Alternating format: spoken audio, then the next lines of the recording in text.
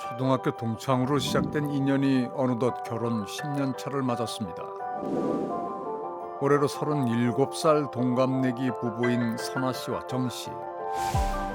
서로에게 둘도 없는 친구이자 가족으로 주변에 부러움을 샀다고 합니다.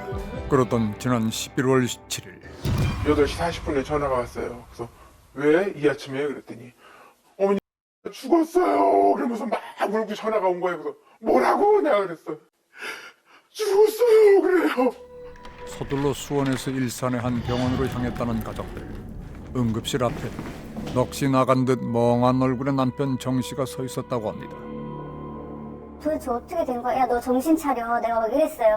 그러니까 어떤 지금 상황인지 그걸 인식을 못했어가지고 아침에 자기가 출근을 하려고 이제 방문 밖에서 출근할게 했는데 아무 대답이 없었대요.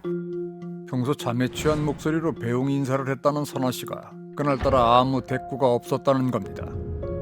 왠지 모를 불길한 예감에 선아 씨가 있는 방으로 들어갔다는 남편. 눈은 뜨고 있고 숨은 쉬고 있는데 의식이 없더래요. 그래서 119를 불렀대요. 그날 아침에. 119의 응급처치에도 불구하고 선아 씨는 병원 이송 중 심정지 판정을 받았다고 합니다. 결국 선아 씨의 연명치료 여부를 결정해야 했던 가족들. 그런데 담당이가 선아 씨의 상태를 설명하기 위해 꺼내든 사진을 본 순간 눈앞의 현실을 믿을 수가 없었다고 합니다. 사진 찍은 게 나오는 거야. 이게 뭐예요? 그랬더니 딸이에요. 이러는 거야. 그 의사 선생님도 너무 기가 막힌다고, 너무 화가 난다고, 이럴 수는 없어요. 이런 환자 처음이에요. 최초 현장 진입했을 때 현관문을 열어주신 분이 이제 신고자분, 당시 이제 남편분이셨고. 오전 8시 26분 남편 정 씨의 신고를 받고 현장에 도착한 구급대원들. 현관 앞까지 나와 이들을 기다리고 있던 정 씨의 모습이 보입니다. 완방을 전체적으로 봤을 때 환자가 어디 있는지조차 처음에는 확인할 수가 없어가지고 제가 신고자분한테 안방을 봐도 환자가 안 보이는데 도대체 어디에 환자가 있냐라고 제가 다시 물어보니까 침대 옆에 소파를 1인용 소파를 저한테 손가락으로 가리켜가지고 자세히 보니까 환자분이 목까지 이불을 덮고 있었는데 그 이불조차도 대변으로 색이 변해 있던 상태였고 환자분 머리맡에 핸드폰 거치대가 환자분 얼굴 위치에 있어가지고 그게 가려져가지고 자세히 보이지가 않았어요. 전신에 이제 대변으로 오염되어 있는 상태였고 수만 마리의 구더기가 몸에 전신에 다 퍼져 있는 상태였고 제가 도착한 상태에서도 환자분은 대변을 보고 있었습니다. 눈이 반쯤 떠져 있었는데 동공도 없고 그냥 허옇더라고요. 허옇고 이 호흡기에 의존해서 이렇게 숨을 헐떡헐떡거리면서 그런 상태였고. 네, 선생님이 지금 귀는 열려 있어요. 어머니 하고 싶은 말 하세요. 그래요. 그래갖고 내가 그럼 미안해. 사랑해. 잘못했어. 두려워하지 마. 무서워하지 마. 엄마 아빠 천국에 가서 만나자. 걱정하지 마. 그랬는데 그 얘기를 하는데 얘가 죽은 애 보면서 눈물이 이만큼 흘러더니 내가 눈물을 닦았는데 눈물이 끈적끈적한 거야. 그래갖고 내가 세상에 죽어서도 얘가 눈물을 흘린다고. 이 상태까지 되도록 얼마나 걸렸는지 언제부터 이랬는지를 저도 이해가 가지 않아서 그분한테 수차례 물어본 결과 동일하게 들은 답변이 3개월이었습니다. 3개월 전부터 선아 씨의 양쪽 다리가 괴사되면서 구더기가 나오기 시작했다는 얘기를 정 씨로부터 분명하게 들었다는 구급대원.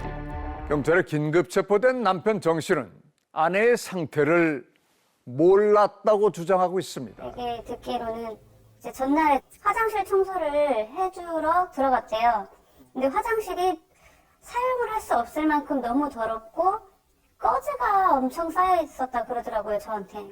꺼즈가 왜 쌓여 있냐 그랬더니 자기도 모르고 아무튼 꺼즈가 엄청 쌓여 있었다. 네, 제가 보기에는 구더기가 있을 정도라면 7일에서 10일 정도의 마지막에 상처가 굉장히 악화되었을 거고 또 구더기가 있는 것으로 추정되는 다리 부위를 보면 다리를 직접적으로 움직이기가 어려워요. 그럼 7일에서 10일 동안 정도는 최소한 누군가는 밥을 챙겨야 되지 않는 건가 라는 생각이 들고요. 변이 계속 나오고 있었대요. 변이 나왔다는 건 계속 먹었다는 거네요. 그렇죠? 뭐 고형물을 안 먹더라도 누군가가 음식물은 꾸준히 공급해주고 있었다는 거니까요. 따라서 소파 옆에 쌓인 간식들로 연명했을 것으로 보인다는 겁니다. 그리고 이불을 목과 뒤 뒤집어 쓰고 있는 거는 본인이 그랬는지 다른 사람이 그랬는지 뭐 구분하기가 명확하기는 어렵지만 팔에도 손상이 여러 가지가 있잖아요. 그래서 전신의 구덕인데 본인이 힘을 발휘해서 목까지 했다고는 좀 보기 어렵고요. 다른 사람이 했을 가능성도 충분히 있다고 봅니다.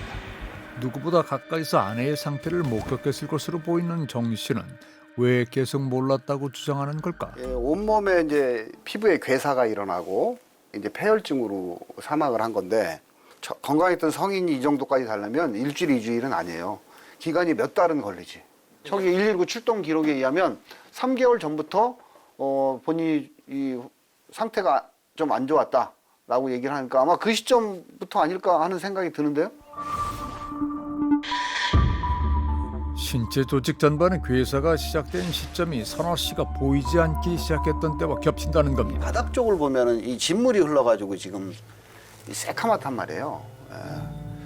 그러면 이 정도까지 됐다 그러면은 같은 공간에 거주하고 있는 사람이라 그러면 인지를 못하기가 쉽지 않죠.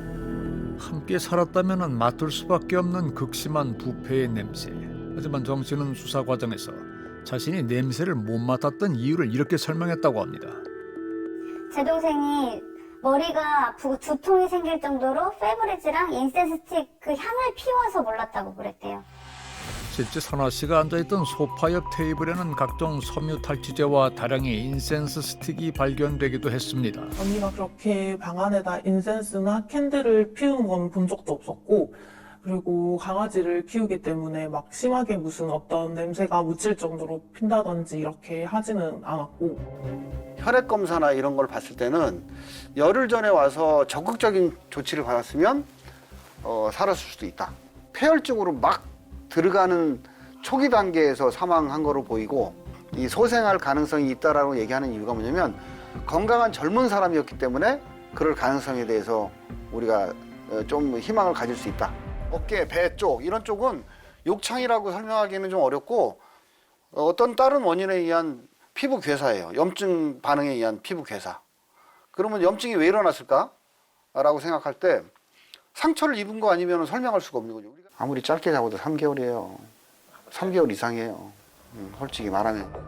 엉덩이 쪽의 손상은 장시간 혈액순환 장애 때문에 생긴 욕창이 맞지만 다리와 배, 어깨 쪽에 있는 괴사는 어떤 이유로 생긴 상처를 제때 치료하지 않아 생긴 결과라고 합니다. 그 중에서도 오른쪽 어깨의 괴사는 가장 최근의 상처로 보인다는 전문가.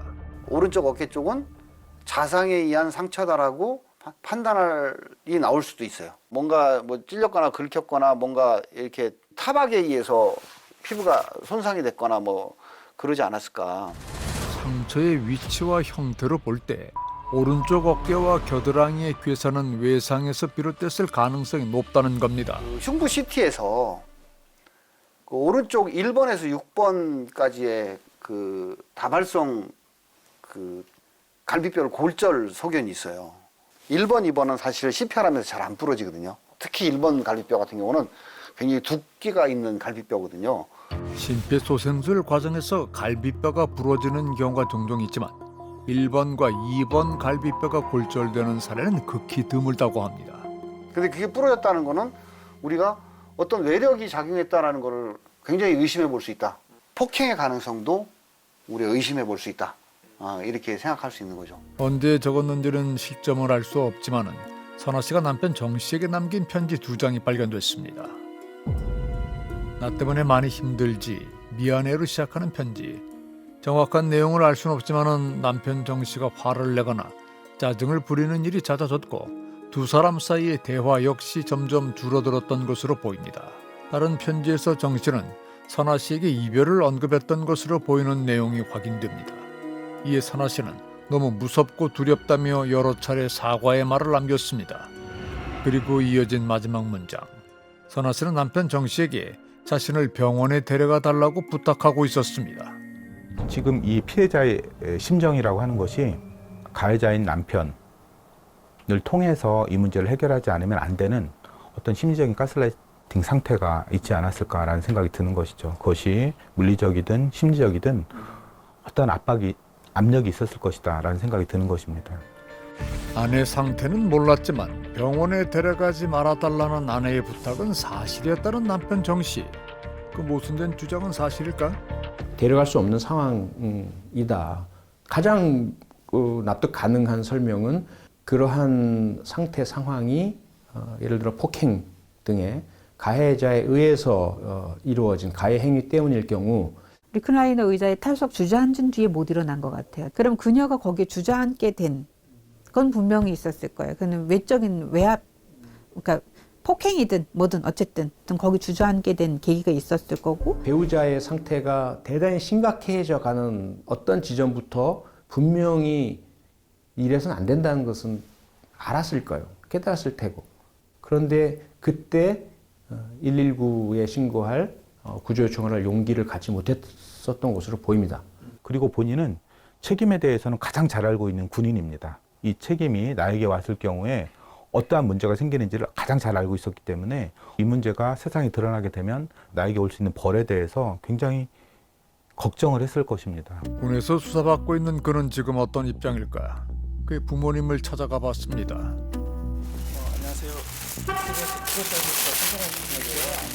아니 그러다가 우리는 지금 할 말이 없으니까 할 얘기가 없어요. 아드님이 설명을 안 해요? 네, 안 가셨어요? 아니 갔어요. 아니 설명해요?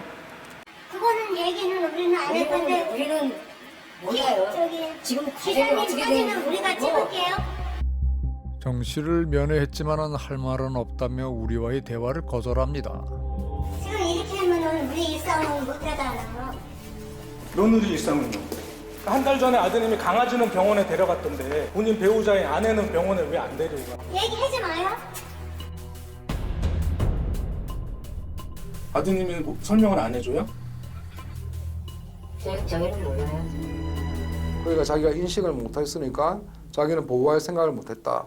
자기의 죄책을 면하기 위해서는 몰랐다고 하는 게 제일 유리하겠죠. 제가 볼 때는 법의학적으로 괴사가 발생했던 시기를 어느 정도는 파악할 수 있을 거예요. 거기에 보태서 응급대원에 그 이제 피의자가 사실은 3개월 전에 구더기를 받았는 그 진술까지 합쳐지면 상당히 이제 강력한 증거로 작용하고 유기치사죄가 지금 보면 3년 이상의 유기징역이거든요.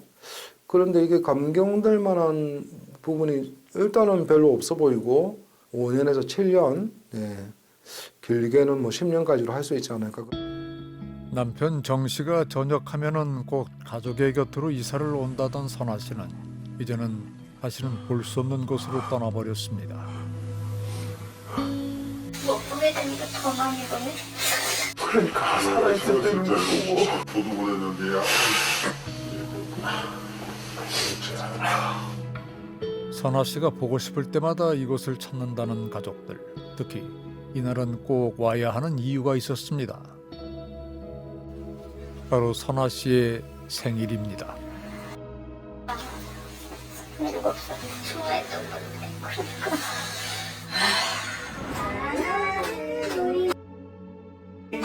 생일 축하합니다.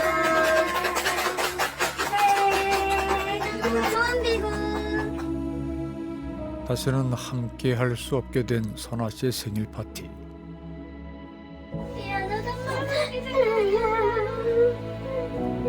아버지는 차마 딸 선아 씨 얼굴을 바라보지도 못하고 북받치는 눈물을 속으로만 삼킵니다. 시켜주지 못해서 미안하지. 고통 속에서 세상을 떠난 선아 씨가 부디 그곳에서는 아프지 않길. 선아 씨의 죽음에 대한 진실도 제대로 밝혀지기를 바랍니다.